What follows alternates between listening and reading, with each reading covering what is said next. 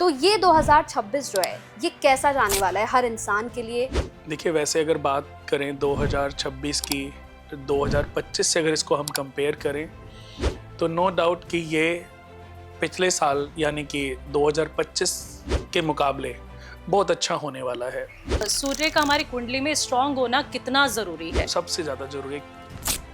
तो जिन लोगों की शनि की राशि है उनके लिए 2026 कैसा जाने वाला है? देखिए, जिन लोगों के ऊपर शनि की 7.5 चल रही है, पहले तो उन लोगों को तो खुश होने की आवश्यकता है। बॉलीवुड में भी अभी हमने देखा कि लास्ट ही हमने धर्मेंद्र जी को भी खोया है। तो क्या 2026 कुछ ऐसा लेकर आ रहा है, कोई आपदा? जैसे मैं बात करूं, चाइना के साथ डिस्प्यूट होने के चांसेस हो सकते हैं। अब 26 में क्या होगा कि अंदरूनी कलह कलेश ज्यादा होंगे। तो क्या नजर आ रहा है आपको कि योगी आदित्यनाथ फिर से उत्तर प्रदेश की कमान संभालेंगे या अखिलेश को मौका मिलेगा? योगी जी को एक बार मुझे लगता है कि जो सरकार है हमारी वो सेंट्रल में जरूर लाएगी। लेकिन राहुल गांधी जी के बारे में क्या कहेंगे? असफलता ही असफलता हाथ लग रही है। अभी उनको थोड़ा सा टाइम है। कैसे हैं आप सभी? बहुत बहुत स्वागत है आप सभी का इस पॉडकास्ट में। मैं आप सभी के साथ हूं कंचन। आज का पॉडकास्ट बहुत ही ज्यादा स्पेशल होने वाला है क्योंकि 2026 को लेकर आपने बहुत सारे पॉडकास्ट देखे होंगे। पॉडकास्ट की फहरिस्त लग गई है भाई 2026 को लेकर, लेकिन 2026 की सही प्रेडिक्शन और 2026 आप लोगों का कैसे जाने वाला है इसे लेकर सही बात सिर्फ इस पॉडकास्ट में होने वाली है। क्योंकि हमारे आज के पॉडकास्ट में जो हमारे गेस्ट हैं वो सिर्फ जिंदगियों को डिजाइन नहीं करते हैं बल्कि सही प्रेडिक्शन करके आपको बताते हैं कि 2026 आप लोगों के लिए कैसा जाने वाला है। 2025 को लेकर भी हमने उनसे बात की थी और जो प्रेडिक्शंस उन्होंने की थी या फिर जो कुछ उन्होंने बताया था वो सब कुछ सटीक होते हुए हमने देखा है। तो 2026 को लेकर भी हम बहुत सारे सवाल आज उनसे पूछने वाले हैं। मेरे साथ इस पॉडकास्ट में बहुत ही फेमस एस्ट्रोलॉजर हैं, लाइफ डिजाइनर हैं, कुणाल जी। बहुत बहुत स्वागत है कुणाल जी आपका। नमस्कार। कैसे नमस्कार। हैं? मैं ठीक हूँ। कुणाल जी, आज सबसे पहले ना मैं आपसे पूछने वाली हूँ क्योंकि जैसे हमने देखा कि 2026 को लेकर बहुत सारे पॉडकास्ट आ रहे हैं, लोग अलग अलग प्रिडिक्शंस कर रहे हैं, लेकिन मुझे मालूम है कि सही बात मुझे आप ही से पता चलने वाली है। तो ये सूर्य का साल कह रहे हैं, अगर हम न्यूमरोलॉजी के हिसाब से देखेंगे तो ये सूर्य का साल सब कह रहे हैं कि ये सूर्य का साल है। तो ये 2026 जो है ये कैसा जाने वाला है हर इंसान के लिए? सारी राशियों पे भी बात करेंगे, लेकिन ओवरऑल 2026 क्या कुछ लेकर आ रहा है? देखिए, वैसे अगर बात करें 2026 की, 2025 से अगर इसको हम कंपेयर करें तो नो डाउट कि ये पिछले साल यानी कि 2025 के मुकाबले बहुत अच्छा होने वाला है। बिजनेस के योग बहुत अच्छे प्रबल होने वाले हैं। और अगर बात करूं अपने देश की, तो अपना देश जो है भारत, वो बहुत तेजी से आगे बढ़ता हुआ दिखाई देगा। बहुत सारे देशों से ये आगे निकलने वाला है अपनी इकोनॉमी के रूप में, पावर के रूप में। जॉब्स की मैं बात करूं तो जॉब्स भी बहुत सारे लोग जो 2025 में जिनको अच्छी जॉब नहीं मिल पाई, तो 2026 उनको जॉब भी मिलने वाली है। उसकी वजह मैं बताता हूं कि 2025 था, ये मंगल और केतु का साल था। मंगल और केतु का जो कॉम्बिनेशन था वो अच्छा नहीं था, क्योंकि मंगल का पूर्ण मूलांक तो था लेकिन साथ में 25 वो केतु का भी था। तो उस हिसाब से देखें तो जो डिजास्टर जितने भी हुए हैं, चाहे हिंदुस्तान और पाकिस्तान के बीच में युद्ध होना, या मैं बात करूं इजराइल और ईरान के बीच में युद्ध होना, या आप रशिया और यूक्रेन के बीच में कि अभी तक कोई सेटलमेंट नहीं हुआ, यूएस का बार बार दखल अंदाजी करना और कुछ ना कुछ प्रॉब्लम क्रिएट कर देना, तो ये सब जो प्रॉब्लम थी वो थी मंगल और केतु के कॉम्बिनेशन की वजह से। क्योंकि मंगल और केतु का आपस में जो कॉम्बिनेशन है इसको अंगारक योग कहते हैं। और आपने देखा भी ये सब कुछ वैसा ही गया जैसा निर्धारित था। अब 2026 की अगर हम बात करें तो 2026 को अगर हम टोटल करेंगे तो इसका एक नंबर आएगा। एक नंबर जो है वो सूर्य का नंबर है, और सूर्य हमारे सभी ग्रहों में राजा भी हैं। तो सूर्य का साल है तो हर कंट्री में, हर देश में एक होड़ मचेगी अपने आप को सुपीरियर बनाने की, और बहुत सारे लोग इसमें विजय भी होंगे। लेकिन अगर मैं बात करूं जो छोटे लोग हैं, क्योंकि 2025 का जो टोटल अंक है वो 1 है, और लास्ट में जो 2026 का जो टोटल अंक है वो 1 है, और लास्ट के जो 26, 2 और 6, इसका जो टोटल नंबर है वो 1 है, वो 8 है। तो 8 नंबर शनि का नंबर हो गया। तो जो शनि का नंबर है और सूर्य का नंबर, इनमें आपस में घनिष्ठता नहीं है। अगर देखें कि शनि और सूर्य दोनों पिता पुत्र हैं, बट दोनों में आपस में बिल्कुल भी नहीं पड़ती।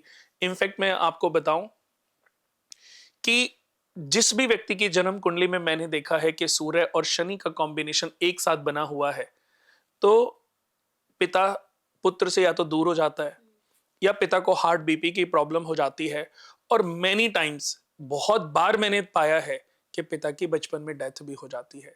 अगर मैंने 1000 कुंडलियां देखी हैं तो आप समझ लीजिए कि 700 से 800 कुंडलियों में पिता की डेथ हो गई, या पिता घर छोड़ के चले गए, या पिता और मदर का बीच में डिस्प्यूट हुआ, अलग हो गए।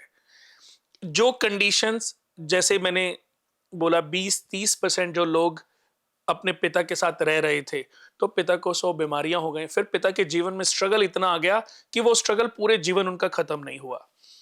पुराने समय में कंचन जी, जब राजा महाराजाओं के बच्चे पैदा होते थे तो वो पहले अपने बच्चे का टेवा बनवाते थे, कुल पुरोहित को बुला करके। वो ये जानते थे कि उनके बच्चे की कुंडली में कोई दोष तो नहीं है।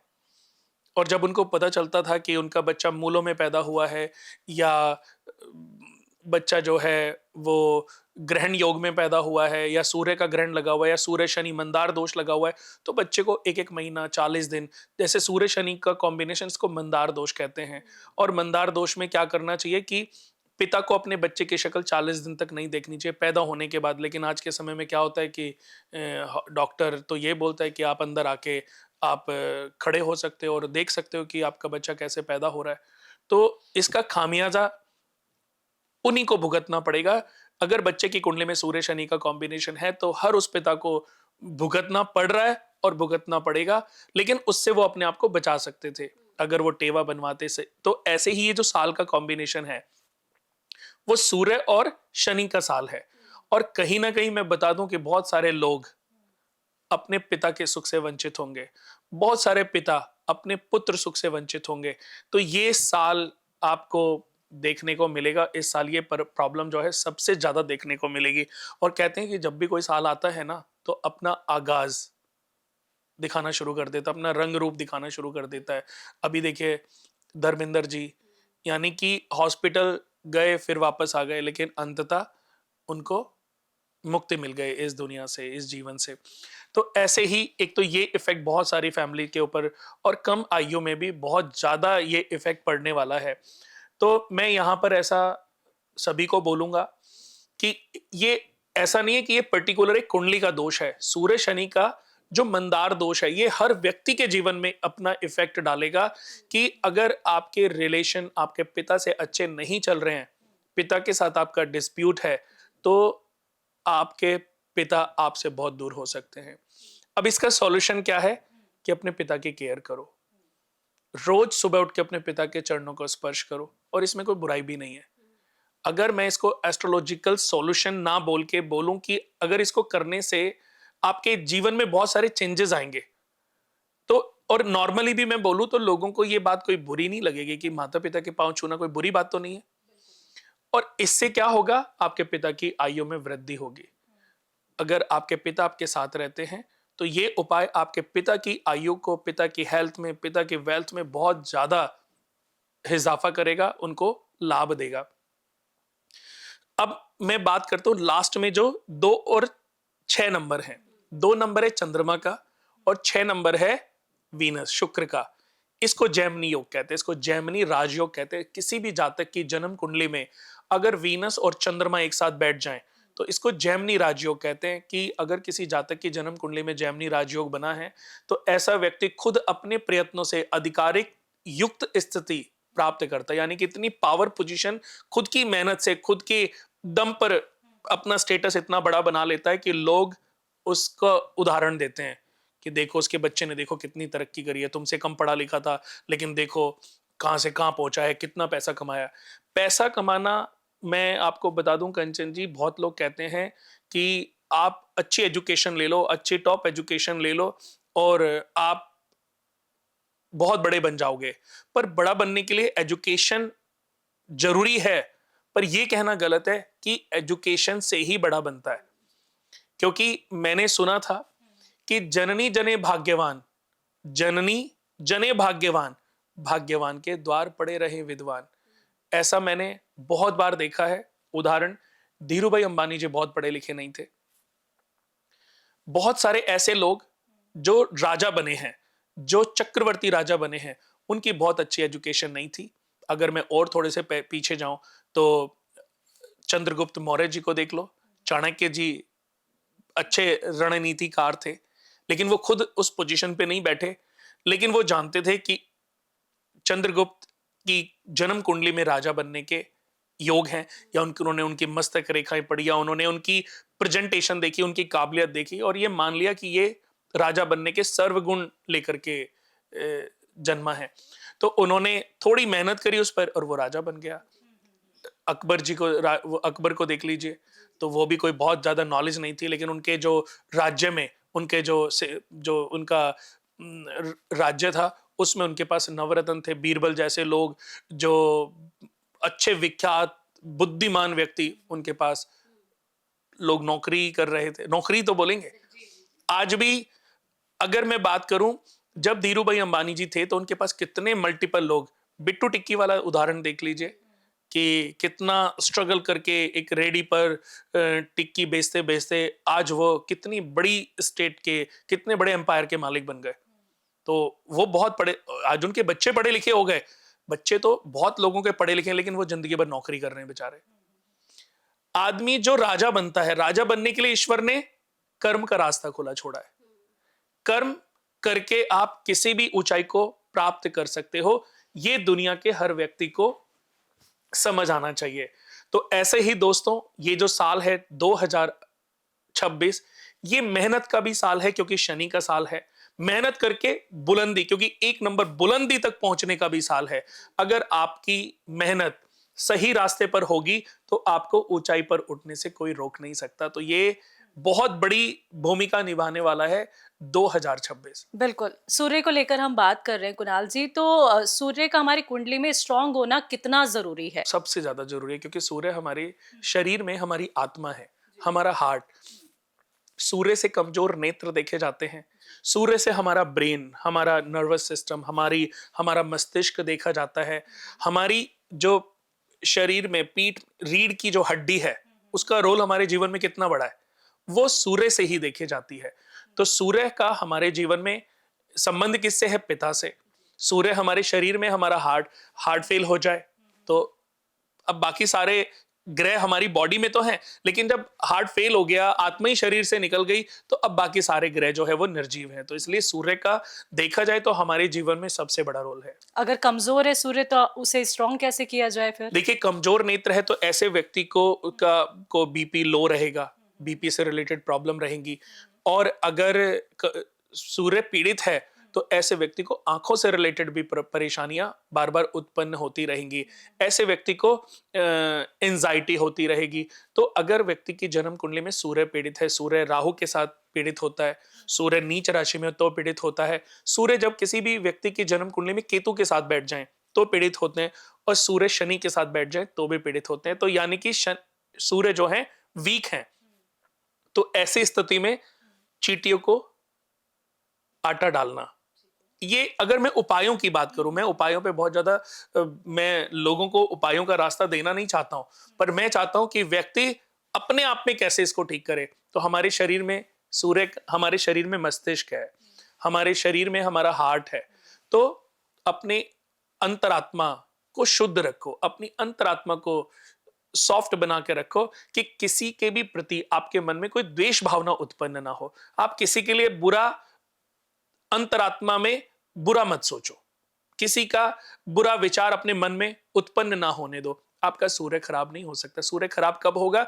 जब आप अपने पिता का अनादर करेंगे, पिता के साथ तेज भाषा में बात करेंगे, पिता को डोमिनेट करेंगे, पिता के साथ लड़ाई झगड़ा करेंगे, पिता के बारे में बुरा बोलेंगे, पिता को घर से बाहर निकालेंगे, पिता का ध्यान नहीं रखेंगे, तो आपका सूर्य चाहे जितना मर्जी अच्छा हो, आपको सूर्य कभी फल नहीं देगा। लेकिन अगर सूर्य नीच राशि में है, सूर्य पीड़ित है, तो सिर्फ अपने पिता की केयर करना शुरू कर दो। रोज पिता के 10 मिनट पांव दबाओ। मैं जेन्युइनली आपको बोल रहा हूं, और इसमें कोई पैसे खर्च नहीं हो रहे हैं।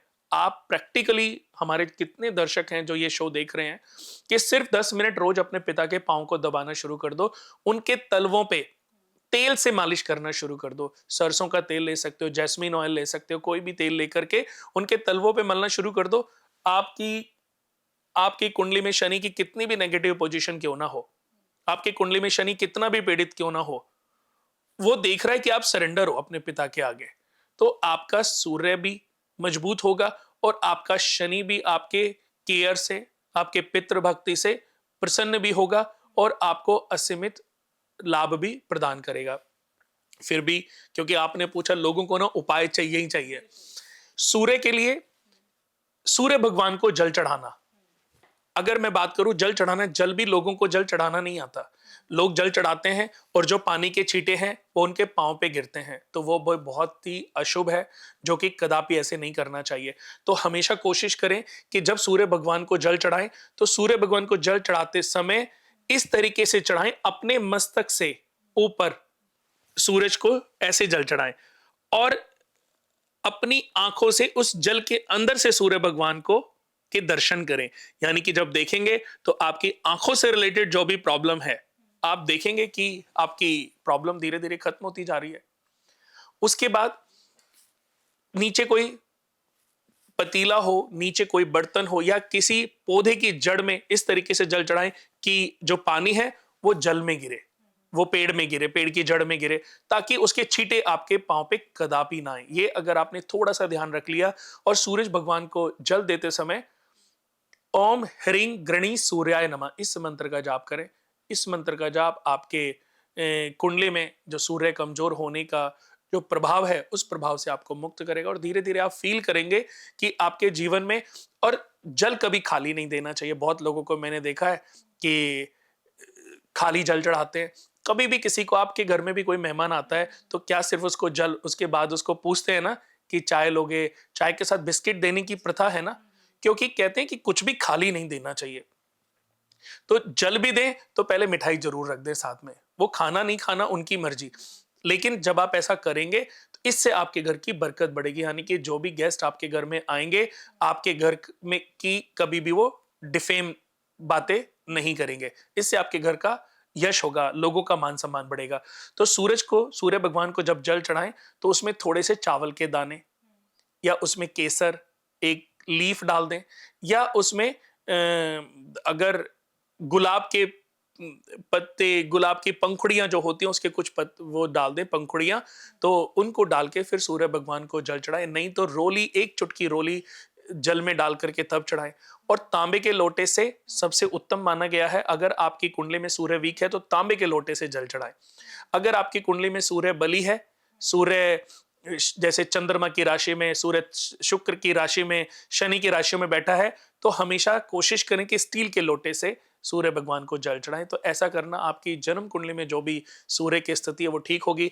अंधे ब्लाइंड्स लोगों को मिठाई खिलाना, ब्लाइंड्स लोगों की केयर करना, ब्लाइंड्स लोगों को खाना खिलाते रहने से सूर्य मजबूत होता है। चींटियों को आटा खिलाना, चींटियों को आटा डालना, नहीं तो एक गोले में आटा खांड भर के पीपल के पेड़ की जड़ में रखना, ये भी सूर्य को अति बली करता है। अगर सूर्य आपकी कुंडली में बली अच्छा है लेकिन उसके फल आपको नहीं मिल रहे, पीड़ित है, यानी कि लग्नेश, पंचमेश और नवमेश है, अगर आपकी कुंडली में सूर्य छठे, आठवें और 12वें भाव का मालिक होकर के आपके दूसरे घर में बैठ गया, या आपके चौथे घर में बैठ जाए, या आपके लगन में बैठ जाए, या 5वें घर में बैठ जाए, तो ऐसी स्थिति में कई बार होता है सूर्य को बल नहीं देना चाहिए, सूर्य का फिर दान करना चाहिए, सूर्य के मंत्र चैंट करने चाहिए। जितना भी आप मंत्र चैंट करोगे तो सूर्य के दुष्प्रभावों से आप अपने आप को बचा सकते हो।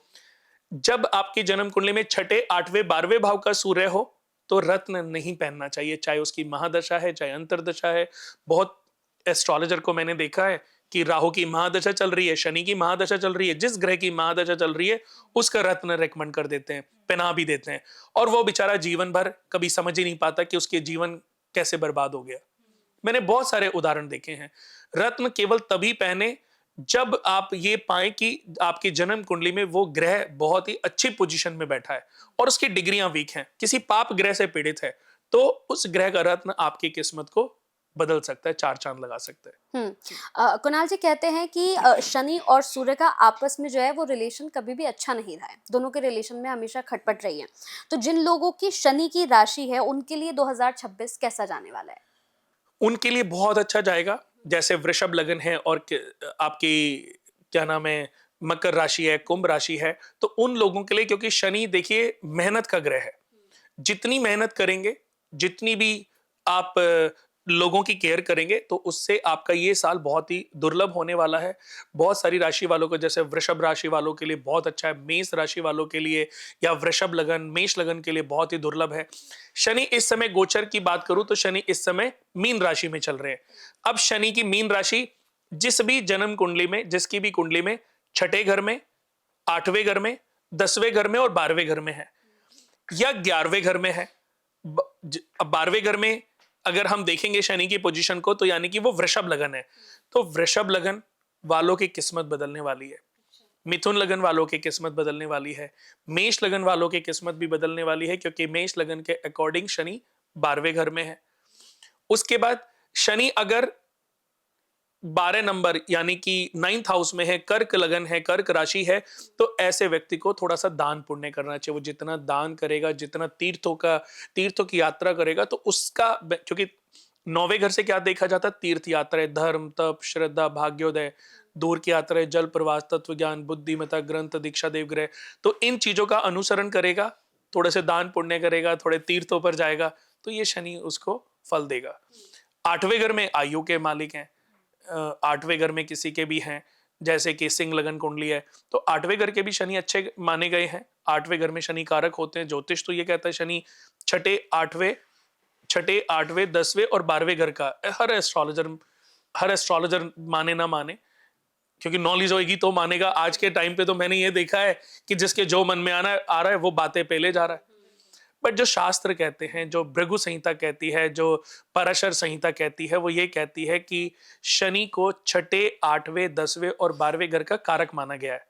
अपने जीवन के प्रैक्टिकल की मैं बात करूं, कि मैंने अपने जीवन में जो हजारों लाखों कुंडलियां देखी हैं, तो उसमें मैंने देखा जिसका शनि 11वें घर में हो, उसको बहुत कम समय में राजा बनते देखा है।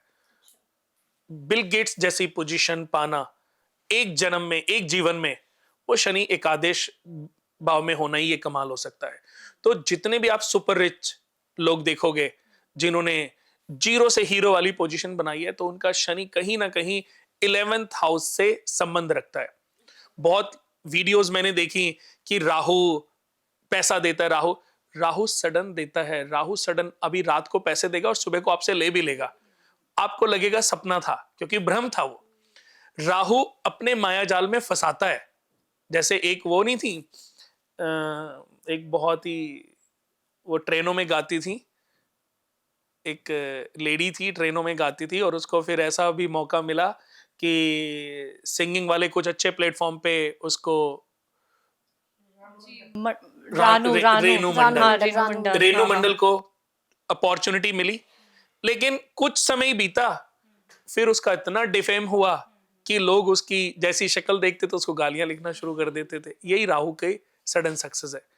तो राहु ऐसा ही है, परमानेंट ग्रोथ नहीं है। परमानेंट ग्रोथ कौन है, स्टेबिलिटी कौन है, शनि। लेकिन आपकी जीवन में जब आपको सक्सेस मिलती है, तो राहु आपके जीवन में आपकी परीक्षाएं जरूर लेता है। और अगर राहु आपकी परीक्षाएं ले रहा है, तो उसमें भी पास होना आपके लिए बहुत जरूरी है। राहु हमारे शरीर में, हमारे ब्रेन को कैप्चर कर लेता है, हमारे मन को कैप्चर कर लेता है। कहते हैं ना, मन कभी कभी रावण हो जाता है। मन में ही तो विचार उत्पन्न होते हैं, मन में दुविधाएं उत्पन्न होती है, मन से लालच उत्पन्न होता है, मन में वासना उत्पन्न होती है, मन से ही एंजाइटी देखी जाती है, मन से ही 100 चीजें देखी जाती है। तो ये मन को कैप्चर कौन करता है, रावण। आत्मा तब समझाती है कि नहीं, ये मत करो। तो रामायण क्या है, मन एक रावण है और आत्मा हमारी सीता है। ये शरीर हमारा राम है और भक्ति हनुमान है। इन्हीं का कॉम्बिनेशन पूरी रामायण है। तो 2026 में वो कौन सी 3 राशियां हैं सर जिनको थोड़ा सा सावधान रहना है? देखिए, अगर मैं बात करूं राशियों की, तो जिनको जैसे थोड़ा सा कुंभ राशि वालों को सावधान रहना है, क्योंकि कुंभ राशि के अकॉर्डिंग जो है शनि जो है सेकंड हाउस में है। सेकंड हाउस के कारक नहीं है शनि। सेकंड हाउस है धन, नेत्र, मित्र, कुटुंब, अर्जित धन, क्रय विक्रय, विद्वता, क्रोध, कोष, खजाना, ये सब देखा जाता है। तो अगर कुंभ लगन वाले जो लोग हैं या कुंभ राशि वाले लोग हैं, उनको थोड़ी सी टेक केयर रखनी है, यानी कि ये परिवार और कुटुंब का घर है। तो ऐसे लोगों को अपने परिवार के साथ अगर साथ में रहते हैं तो परिवार के साथ बैठ करके एक टाइम का खाना जरूर अपने परिवार के साथ खाना चाहिए। उससे उसके परिवार का जो प्यार है, मेल जोल जो है, बरकत जो है, ग्रोथ जो है, वो बढ़ती रहेगी। एक कुंभ राशि हो गई। दूसरा अगर मैं बात करूं 6 नंबर कन्या लगन, कन्या राशि। कन्या राशि वालों को बहुत ज्यादा सावधान बरतने की आवश्यकता है, क्योंकि उनकी कुंडली के अकॉर्डिंग शनि जो है वो 7th हाउस में है। 7th house day to day income का भी है, पत्नी का भी है, मृत्यु का भी है, व्यापार का भी है, धन का चोरी होना, चोरी धन का प्राप्ति होना, व्यापार की बढ़ोतरी भी होना। हालांकि शनि का देखो अपना एक नेचर है। शनि कहते हैं कि जिस जगह बैठता है उस जगह से बढ़ोतरी करता है। बृहस्पति जिस जगह बैठते हैं उस घर की हानि करते हैं। लेकिन शनि की दृष्टियां जहां जहां पड़ती हैं वहां वहां से शनि व्यक्ति को डाउन लाते हैं। लेकिन फिर भी मैं बता दूं कि शनि जिस घर में बैठते हैं, कई बार कहते हैं ना दिया तले अंधेरा, शनि एक लॉन्ग समय तक एक राशि में रहने वाले प्लैनेट है। तो उसके हिसाब से भी शनि जिस भाव में कारक नहीं है, अगर उस भाव में बैठ जाएं तो उसको बिल्कुल स्टॉप कर देते हैं, उसमें रुकावट ले आते हैं, उसको स्थिर कर देते हैं। यानी कि व्यक्ति, कई बार मैंने देखा है, क्योंकि बड़ा प्लैनेट है, हैवी प्लैनेट है, तो उस जगह से व्यक्ति को 100 परेशानियां उत्पन्न होती हैं। तो ऐसे व्यक्ति को सबसे पहले शनि के नेचर को, शनि के व्यवहार को समझना है। अगर दोस्तों आप एस्ट्रोलॉजी से फायदा लेना चाहते हो तो आप उपायों से पहले इन ग्रहों के नेचर को पढ़ो, इन ग्रहों के नेचर को समझो। अगर आपने इनके नेचर को पढ़ लिया, नेचर को समझ लिया, इनके व्यवहार को समझ लिया, तो आप इन ग्रहों के बेनिफिट उठा सकते हो। तीसरा, 12 नंबर जिस भी राशि में 5वें घर में उदित हो रही है, क्योंकि 5वां घर जो है वो संतान का भी है और पिता का भी है, उनके लिए सबसे ज्यादा प्रॉब्लमेटिक है, क्योंकि 5वें घर के कारक हैं सूर्य और बृहस्पति। जिस भी व्यक्ति की जन्म कुंडली के 5वें घर में शनि विद्यमान है, 12, 1, 2, यानी कि जिनकी वृश्चिक लगन कुंडली है, तो उनको ज्यादा सावधानी बरतने की आवश्यकता है, क्योंकि उनको अपने पिता का और अपने बच्चे का, दोनों का ध्यान करना है। अगर वो वृश्चिक राशि, वृश्चिक लगन वाले लोग कोई एग्जाम देने जा रहे हैं, जबकि दुनिया की सेकंड सबसे पावरफुल लगन चार्ट है, अगर कोई अच्छा यूपीएससी का या कोई जज बनने के लिए या कोई बड़ी परीक्षा देने की सोच रहे हैं, तो उनको थोड़े से एफर्ट्स ज्यादा करने पड़ेंगे। और ये भी हो सकता है कि वो जितनी मेहनत करे उसके अनुसार उनको उतना रिजल्ट ना मिले, तो उससे भी उनके अंदर जो है हल्की फुल्की एंजाइटी पैदा हो सकती है। कुणाल जी, जिनके ऊपर शनि की 7.5 चल रही है, क्योंकि जैसे इसका नाम आता है कि आपकी 7.5 चल रही है, तो लोग बड़े भयभीत हो जाते हैं, डर जाते हैं। तो उनके लिए क्या आप मशवरा देना चाहेंगे, उन्हें क्या करना चाहिए? देखिए, जिन लोगों के ऊपर शनि की 7.5 चल रही है, पहले तो उन लोगों को तो खुश होने की आवश्यकता है। कभी कभी मैं बता दूं कि ईश्वर की दृष्टि आपके ऊपर पड़ना, अब ईश्वर की दृष्टि आपके ऊपर पड़ गई तो ईश्वर कहते हैं कि यार ये तुम्हारे पाप है, इस पाप का तुमने पहले प्रायश्चित करना है। अभी तक तो हम भेड़ का हिस्सा है ना, अभी तक तो हमारी ऊपर ईश्वर की दृष्टि नहीं है। तो शनि की 7.5 आप ऐसे ही समझो कि ईश्वर की दृष्टि आपके ऊपर पड़ गई। आपने इस 30 सालों में, क्योंकि शनि की 7.5 मनुष्य के जीवन में 3 बार आती है, और हर 28 साल और 30 साल के बीच में करीबन 2.5 साल एक राशि में रहती है। यानी कि आपकी इस समय अगर मीन राशि है तो मीन राशि में शनि ट्रांजिट हुए और ये 2.5 साल तो इसमें रहेंगे, फिर वापस से आने में इनको 27.5 साल लगेंगे, क्योंकि 2.5 साल रहते हैं। 12 को अगर 2.5 से आप मल्टीप्लाई करोगे तो इतना एक राशि में वो रहते हैं। अब शनि की 7.5 आपके ऊपर आई है तो आपको वो प्योर कर देंगे। आपके अंदर जितने भी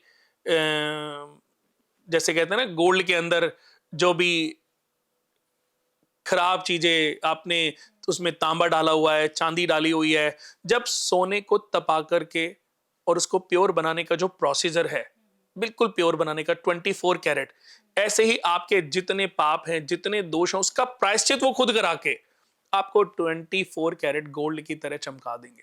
और फिर आप कोशिश करो, जब शनि की 7.5 खत्म हो, फिर कोशिश करो कि गलतियां ना हो। शनि एकमात्र ऐसे ग्रह हैं कि अगर आपने सारे ग्रहों को छोड़ के सिर्फ शनि देवता को ही पकड़ लिया, तो एक ना एक दिन वो पल जरूर आएगा आपके जीवन में कि आप अपनी योग्यता अनुसार अपनी बेस्ट लाइफ जी रहे होंगे। कौन सी वो राशियां हैं 2026 में जो बहुत लकी होने वाली हैं, जिनका लकी ड्रॉ ही समझ लीजिए? देखो, मेरी तो फेवरेट राशि भी है, फेवरेट लगन भी है वृषभ, मेरा नहीं है बट मैं आपको बता दूं कि मेरी फेवरेट राशि ये क्यों है।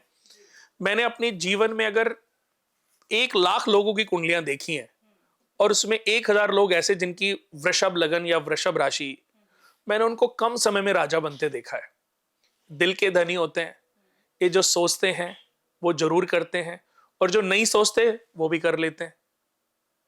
मल्टीपल रिसोर्सेस, मल्टीपल बिजनेस में घुस जाते हैं, मल्टीपल तरीकों से पैसे कमाने वाले होते हैं, अपने परिवार का भले ही खुद सबसे सुपीरियर लाइफ जीते हैं, लग्जरी सबसे बेस्ट लाइफ जीने वाले लोग होते हैं। इनके जो शौक होते हैं उनको जरूर पूरा करते हैं, लेकिन इनके साथ जो जुड़े रहते हैं लोग, उनके भी सपनों को ये पूरा कर देते हैं।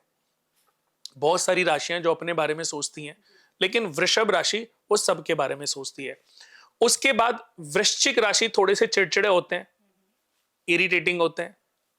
इनसे पार पाना, इनसे लड़ना झगड़ना अपने लिए मुसीबत पैदा करने जैसा है। लेकिन फिर भी वृश्चिक लगन वाले, एक अगर आपके साथ हैं और आपके जीवन में डाउनफॉल है, तो आपको भी एक दिन स्टेबल कर देंगे। यानी कि अपने सर्कल के लोगों को भी एक दिन अपने पांव पे खड़ा करा देंगे। उनको पैसे देकर के नहीं, उनके शौक पूरे करा के नहीं, उनको कोई ना कोई एक काम सौंप देंगे और उस काम से उनकी तरक्की बरकत इतनी हो जाएगी कि वो भी एक अच्छा बिजनेसमैन हो जाएगा। ये वृश्चिक लगन वालों की खासियत है। इनके साथ अगर आप कभी कोई बुरा करते हो तो ये छोड़ते नहीं है। इन लोगों से कभी दुश्मनी नहीं करनी चाहिए और इन लोगों से कभी भी धोखा नहीं करना चाहिए, वृश्चिक राशि वालों से या वृश्चिक लगन वालों से भी। लेकिन अगर आप इनके अच्छे और सच्चे मित्र हैं तो एक दिन ये बुलंदियों पे पहुंचेंगे ही पहुंचेंगे, और उन बुलंदी में ये आपको भी पीछे छूटने नहीं देंगे। अगर 10 दोस्त में से 2 दोस्त गरीब है ना, तो उन 2 दोस्तों को भी ये अपने सराउंडिंग दोस्तों के साथ मिलके कोई ना कोई सेटअप खड़ा करवा के उनको भी अपने पैरेलल लाने की कोशिश करेंगे, और ये किसी से चिढ़ते नहीं है। इनको जब तक छेड़ा ना जाए तब तक, जैसे सांप का नेचर होता है ना, बिच्छू का नेचर, आप जब तक कुछ नहीं कह रहे हो, कुछ नहीं कह रहे, तो ये कुछ नहीं कह रहे। लेकिन अगर एक बार आपने कुछ कहा और इन्होंने जकड़ लिया तो फिर छोड़ेंगे नहीं आपको। तो ये आपको ध्यान रखना है। उसके बाद कुंभ लगन वाले, कुंभ राशि वाले अच्छे होते हैं। कुंभ राशि वाले सच्चे दोस्त होते हैं। सबसे अच्छे मित्रों की मैं बात करूं, सबसे सच्चे दोस्तों की बात करूं, आपने देखा घड़े का नेचर कैसा होता है? घड़ा ऊपर से छोटा और नीचे से बहुत बड़ा उसका आकार होता है। तो कहावत है कि लोगों की बातें, यानी कि एक सच्चे मित्र कैसे हुए, आपकी बातें सुन के अपने पेट में रख लेंगे। इनसे बातें उगलवाना इतना आसान नहीं है। वृषभ राशि वाले तो मुंहफट होते हैं, आपकी बात सुनेंगे। अगर इनको मस्ती आ रही है तो मस्ती में आपकी बातें गा देंगे। वृश्चिक राशि वाले जब इरिटेट होंगे, जब आपसे लड़ेंगे, आपने इनका कुछ नुकसान पहुंचा दिया, तो फिर आपकी जगह सही करा देंगे, पूरी दुनिया में आपको नेस्तो नाबूद कर देंगे। अरे वो तो ऐसा था। लेकिन क्वालिटी है ये कुंभ लगन वालों की कि चाहे आप इनसे लड़ लो, चाहे दूर हो जाओ, लेकिन एक बार अगर कोई पर्सनल बात आपने करी, चाहे आप इनकी कितनी भी बुराई कर दो, बट ये अगर उससे आपकी इमेज खराब हो सकती है तो ये आपकी बात को बाहर शेयर नहीं करेंगे। जितना मर्जी पैसा कमा लें, लोग जल्दी से इनको ये नहीं पहचान पाएंगे कि इसके पास कितना पैसा होएगा। इकट्ठा करते रहते, जोड़ते रहते, यानी कि टॉरस के पास अगर 10,000 करोड़ होंगे तो लोगों को लगेगा ये 1 लाख करोड़ का आदमी है। वृश्चिक लगन वाले मिक्स मैच है। कुंभ लगन वालों को कभी आप ये नहीं पहचान पाओगे, करोड़ों हजारों करोड़ का आदमी होगा तो भी आप फेस से रीड नहीं कर पाओगे कि इसके पास कितना पैसा होएगा। तो ये इनकी क्वालिटी होती है। इनको नजर हाय कम लगती है, ये अपने आप को प्रोटेक्ट रखते हैं क्योंकि बताते ही नहीं, शेयर ही नहीं करते। जितनी मर्जी ग्रोथ हो, जितनी मर्जी तारीफ हो, चुपचाप उसको हजम कर लेते हैं। सच्चे मित्र भी होते हैं और पैसा जीवन में बहुत कमाते हैं। अगर एक बार ये इंडस्ट्री में चले जाएं, लोहे से रिलेटेड या जमीन से रिलेटेड या बिल्डिंग डेवलपिंग में चले जाएं, तो जीवन में ये बहुत ऊंचाई हो। जितने बिल्डर आप देखोगे, बड़े बड़े बिल्डर, डीएलएफ की मैं बात करूं तो ऐसे ही जो पोजीशन, ऐसी जो ग्रोथ है, या एमआर ग्रुप दुबई का, ऐसी जो ग्रोथ है वो कुंभ लगन वाले बखूबी कर लेते हैं। मेरी राशि है कुंभ, कुणाल जी। तो मैं 2026 में कुछ अच्छा देखने वाली हूँ, मुझे ऐसा लगता है। बहुत अच्छी बात फिर है तो आपने मैं बताई। आपका मस्तक पढ़ रहा हूँ और आपका मस्तक चमक रहा है। तो जो अपॉर्चुनिटीज आपको अभी 2025 में नहीं मिली, 25 तो आपका बहुत अच्छा नहीं गया होगा, बट मैं ये जरूर कहूंगा कि 2026 कंपेयर टू 2025 बहुत अच्छा जाने वाला है। एक फिर सिंह राशि, ये 4 राशि, सिंह राशि वाले थोड़े स्वाभिमानी होते हैं, ईगोस्टिक होते हैं, इनके अंदर सेल्फ रेस्पेक्ट बहुत होती है। अगर देखो जैसे आईएएस आईपीएस का जो नेचर होता है, वो सिंह राशि, सिंह लगन वाले ज्यादातर बनते हैं। तो ऐसे लोग अपने स्वाभिमान के लिए बहुत जीते हैं, यानी कि भले इनके कितना भी पैसे का नुकसान हो जाए, तो अपनी सेल्फ रेस्पेक्ट पर ये कितना भी पैसा खर्च कर देते हैं। तो सिंह लगन, सिंह राशि वाले भी अच्छे होते हैं। वैसे देखो मेरी नज़र में ना सारी राशियां अच्छी होती हैं। ये तो मैंने, आपने पूछा कि कौन सी बेस्ट, तो मैंने एकदम से आवेश में आके, भाव में बह के बता दिया, पर मैं किसी का दिल क्यों तोड़ूं। मैंने देखा है मीन लगन, मीन राशि वालों को भी मैंने राजा बनते देखा है। मैंने कन्या लगन वालों को भी जीवन में ऊंचाइयां पाते देखा है। और यहां पर भी 2 मतभेद हैं। राशि और लगन ये दोनों अलग अलग चीजें होती हैं। कई बार व्यक्ति की वृश्चिक लगन है लेकिन कन्या राशि है, तो आदमी बैलेंस कर लेता है। व्यक्ति की वृश्चिक लगन है, कन्या राशि है, कन्या लगन है, वृश्चिक राशि है, तो ऐसी स्थिति में भी व्यक्ति अपने आप को बैलेंस कर लेता है। व्यक्ति के पास, हर व्यक्ति के पास इस 2026 में अपॉर्चुनिटीज आएंगी। उनको कैश करना, बुनाना उसके हाथ में होगा कि अगर वो चाहे तो माला माल हो सकता है, अपनी किस्मत को बदल सकता है। और नहीं उसको समझ आएगा तो 2025, 2024 उसके लिए फिर कौन सा ऐसा साल है जो किस्मत, उसके लिए सारे साल एक बराबर है। जो नौकरी कर रहा है उसके लिए सारे साल एक बराबर है। जो बिजनेस कर रहा है और जिसके अंदर चाह है आगे बढ़ने की, कुछ नया करने की, कुछ इतिहास रचने की, उनके लिए 2026 अद्भुत होने वाला है। हमने 2025 में सर बहुत से हादसे देखे। हमने शुरुआत जब 2025 की हुई तो हमने देखा कि कुंभ में भगदड़ हुई, फिर उसके बाद हमने प्लेन क्रैश भी देखा, बहुत सारे लोगों को जाते हुए देखा। बॉलीवुड में भी अभी हमने देखा कि लास्ट ही हमने धर्मेंद्र जी को भी खोया है। तो क्या 2026 कुछ ऐसा लेकर आ रहा है, कोई आपदा? 26 भी देखो ऐसा हो सकता है। 26 में क्या होगा कि अंदरूनी कलह कलेश ज्यादा होंगे। उस पे हमारे देश की जो सरकार है उनको इस पर ज्यादा वर्क करना है। जैसे भी चुनाव होंगे, आप अगर मैं बात करूं बंगाल की, मैं बात करूं और स्टेट्स की, उत्तर प्रदेश की, या आने वाले समय में जो पूर्वी उत्तर जो स्टेट्स हैं उनमें बहुत प्रॉब्लम्स होंगी।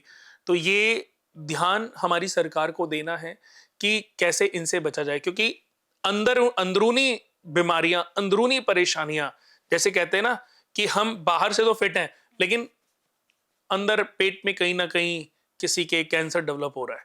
वो 4 साल बाद पता चलेगा, लेकिन 4 साल बाद कौन सी स्टेज पता चला, 4th स्टेज से भी ऊपर, तो हाथ इंसान जान से हाथ धो बैठेगा।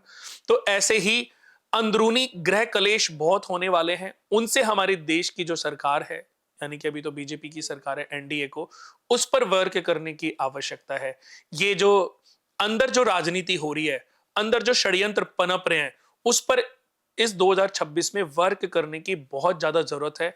अगर मैं बात करूं कंट्री टू कंट्री, तो चांसेस कम है, लेकिन फिर भी क्योंकि सूर्य और शनि का साल है, अगर लड़ाई होगी तो अपने से बड़ी कंट्री से लड़ाई या डिस्प्यूट होने के, जैसे मैं बात करूं चाइना के साथ डिस्प्यूट होने के चांसेस हो सकते हैं, बड़ी जो हमारे देश से जो बड़ी, चाहे वो कोई भी है। लेकिन आपको मैं बता दूं कि पहले के, मैं ऐसा नहीं कहूंगा कि चाइना से हमारा देश बहुत आगे है। चाइना भी अपने आप में बहुत एक्टिव कंट्री है, बहुत आगे निकल चुका है, यानी कि अब से 50 साल बाद के लिए वो काम कर रहा है। हमारे देश में अंदरूनी राजनीति इतनी षड्यंत्रकारी जो राजनीति, वो इतनी डिस्टरबेंस पैदा कर रही है कि हमारा देश बाहर से स्ट्रांग कैसे बनेगा, जब अंदर से मजबूत होगा। इम्यूनिटी कहां से देखी जाती है? अंदर से। आपका अगर पेट ठीक है, आपका लीवर ठीक है, आपके फेफड़े ठीक है, आपके लंग्स ठीक है, तो आप कहीं पर भी कितना भी काम कर सकते हो। लेकिन अंदरूनी अगर बॉडी वीक है ना, तो आप चाहे जितना मर्जी ऊपर से अच्छे लग रहे हो, लेकिन आप काम उतना नहीं कर सकते।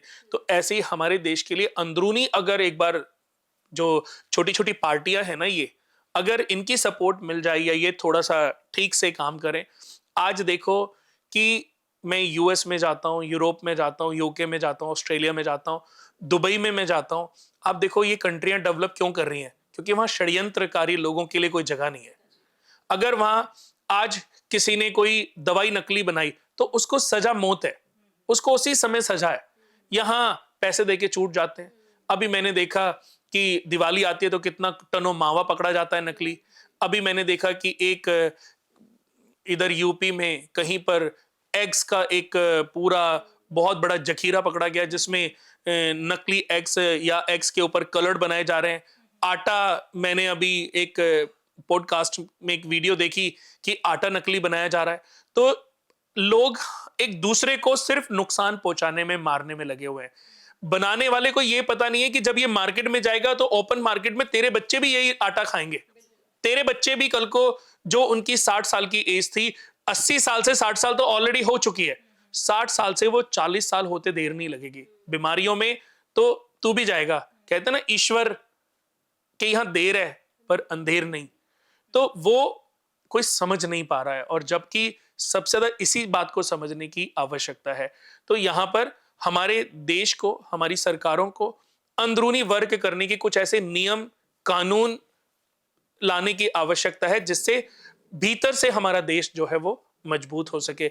ये मैं आपको बता दूं कि आगे बढ़ने के लिए, किसी भी कंट्री से लड़ने के लिए हमारे देश के पास पर्याप्त शक्ति है। किसी भी देश से झुकेगा नहीं देश हमारा। तो ये क्वालिटी है। ये मैं ऐसे नहीं बोल रहा हूं कि मैं देश प्रेम रखता हूं। देश प्रेम तो है मेरे अंदर, लेकिन ये मैं ग्रह स्थिति के आधार पर बता रहा हूं, क्योंकि हमारे देश का जो लगन चार्ट है वो वृषभ लगन है। और मैंने बताया ना, मेरी फेवरेट राशि, फेवरेट लगन जो है वृषभ है। तो हमारे देश का जो लगन है वो वृषभ लगन है। चाहे कुछ भी हो जाए, लेकिन हार मानने वाला नहीं है। तो वृषभ लगन यानी कि दुनिया की सबसे पावरफुल लगन चार्ट को संभालने के लिए सबसे पावरफुल लगन चार्ट ही चाहिए। हमारे देश के ऊपर आपको मैं बता दूं, जब भी कोई स्थिर लगन चार्ट हमारे देश की बागडोर को अपने हाथ में लेगा, तो देश हमारा ग्रोथ की तरफ जाएगा। जब कोई दी स्वभाव या अस्थिर लगन चार्ट के हाथ में हमारे देश की बागडोर जाएगी ना, तब प्रॉब्लम्स बढ़ेंगी। लंबे समय हमारा देश उतनी तेजी से आगे नहीं बढ़ पाएगा जो पिछले 10-15 सालों में आपने अपने देश की ग्रोथ देखी होगी। 2027 आने को है, 26 के बाद 2027, और हम 27 में देख रहे हैं कि यूपी का चुनाव है। तो क्या नजर आ रहा है आपको कि योगी आदित्यनाथ फिर से उत्तर प्रदेश की कमान संभालेंगे या अखिलेश को मौका मिलेगा? हाँ, ये बात आपने बहुत अच्छा क्वेश्चन किया कि मैं यहाँ पर बता दूं कि 2027 में भी 100%, इससे भी कहीं ज्यादा, क्योंकि उनका सिंह लगन है। और 2027 जो है 7 और 2 9, 25 27, 7 और 2 9, वो मंगल का साल। अगर पूरे को कैलकुलेट करें तो 9 और 2 यानी कि 11, 1 और 1 2, 2 नंबर चंद्रमा का हो गया। चंद्र और मंगल का जो कॉम्बिनेशन है, इसको महालक्ष्मी योग भी कहते हैं। तो देखा जाए, अब आपने थोड़ी लंबी बात कर दी, 2027 में हमारे देश के ऊपर तो पैसा बरसने वाला है। यानी कि हमारे देश में क्या, दुनिया में जितने भी लोग जो पैसा कमाने के लिए अपने अपने फील्ड्स में काम कर रहे होंगे, पैसा उन लोगों के पास बहुत बरसेगा। पैसे की बढ़ोतरी होगी हर किसी के पास। तो योगी आदित्यनाथ जी की जो कुंडली है वो सिंह लगन कुंडली है, और उनका भाग्येश और चतुर्थेश वो मंगल ही है। उस समय मैं आपको ये बता दूं कि बागडोर तो आदित्यनाथ जी के ही हाथ में आएगी, लेकिन उस समय शायद कुछ चांसेस ऐसे बन सकते हैं कि योगी आदित्यनाथ जी के बाद किसी दूसरे व्यक्ति के हाथ में यूपी की बागडोर देकर के उनको सेंट्रल के अंदर कोई बड़ी पोजीशन दे दी जाए। क्योंकि ऐसा नहीं है, जैसे अभी आपने देखा होगा, सब कह रहे हैं कि मोदी जी के बाद योगी पीएम बनेंगे। ऐसा नहीं है कि सीधा उनको बुला करके, लेकिन कुछ उनके एक्सपीरियंसेस लेकर के उनको पहले देखिए। हर चीज, हर किसी भी गद्दी पर बैठना, उसके लिए उस गद्दी की पावर को, उस गद्दी की पोजीशन को समझना बहुत जरूरी है। तो योगी जी को एक बार मुझे लगता है कि जो सरकार है हमारी, वो सेंट्रल में जरूर लाएगी, किसी, चाहे वो गृह मंत्रालय के रूप में हो, चाहे वित्त मंत्रालय के रूप में हो, चाहे किसी भी, चाहे रक्षा मंत्रालय के रूप में हो। उसके बाद ऐसे चांसेस हैं, उनकी कुंडली में पीएम बनने के योग बड़े प्रबल हैं। और जब, जैसे अभी मोदी जी जब पीएम बने, तो वो इसलिए भी पीएम बने क्योंकि उनके सामने कोई ठहर ही नहीं पाया।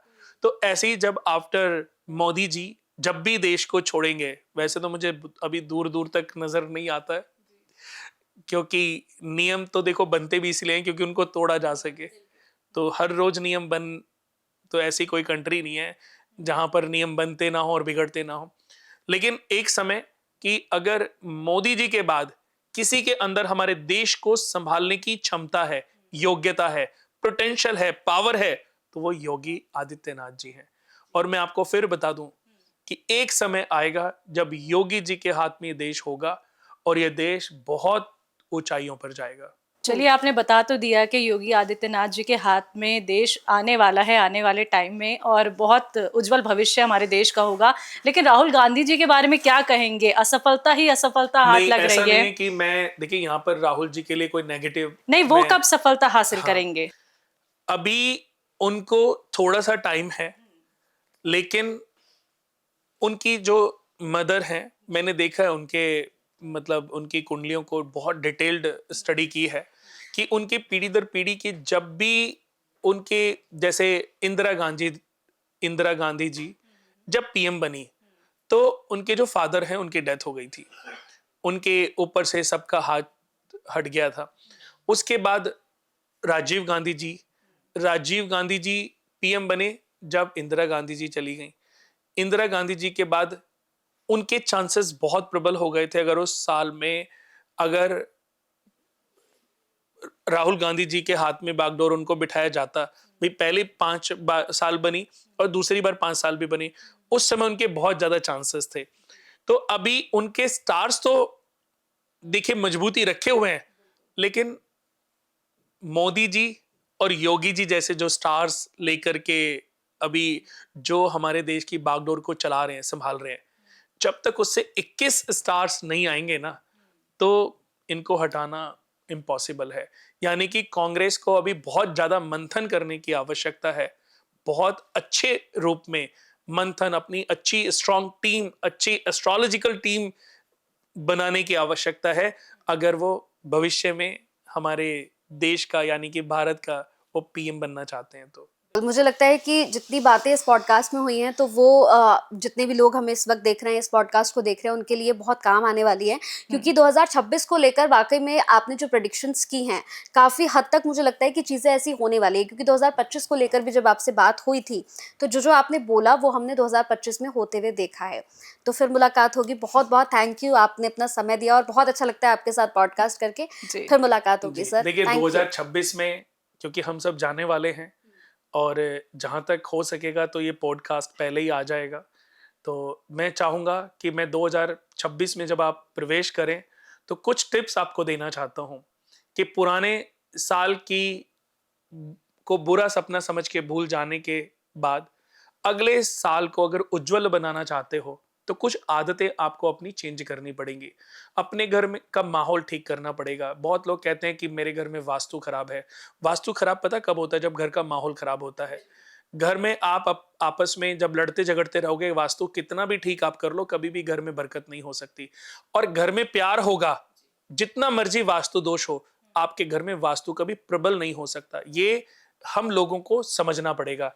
तो सबसे पहले अपने परिवार में एकता बनाए रखनी है, प्यार को बढ़ाना है, अपनी पत्नी का सम्मान करना है, बच्चों से प्यार करना है, माता पिता की सेवा करनी है, बड़े बुजुर्गों का आदर सत्कार करना है, जीव जंतुओं के प्रति आपके अंदर दया भावना बढ़ानी है। तो ये कुछ चीजें हैं जिनका ध्यान रखोगे, आपकी किस्मत आपके द्वारा ही बदलती चली जाएगी। 1 जनवरी 2026 में अपने पूरे परिवार के साथ बैठ करके 1 घंटे का कीर्तन करें, मंत्र चैंट करें। सिर्फ 1 घंटे के लिए मंत्र चैंट करें, कोई भी कीर्तन करें। आप किसी भी कास्ट में हैं, आप मुस्लिम हैं, अपना जो भी आपके धर्म में जो भी पढ़ाया जाता है, जो भी चीजें हैं, उसके साथ आगे बढ़िए। अगर आप सिख हैं तो आप गुरुवाणी का पाठ करिए, हिंदू हैं तो आप हनुमान सुंदरकांड पढ़ सकते हैं, या बहुत सारे और भी कीर्तन हैं, और भी अपने पूरे परिवार के साथ बैठ करके। और 1 तारीख को ये जरूर ध्यान रखें कि 1 तारीख को पूरा परिवार एक साथ बैठ करके खाना खाए। आपका अगर 1 तारीख बहुत अच्छे से बीत गया तो पूरा साल 80 to 90% मैं आपको कहता हूं कि इसी पैटर्न पे बीतना आरंभ हो जाएगा। बिल्कुल, बहुत बहुत शुक्रिया कुणाल जी, थैंक आप यू आए। So much thank you Kunal so ji. Much, thank you. नमस्कार।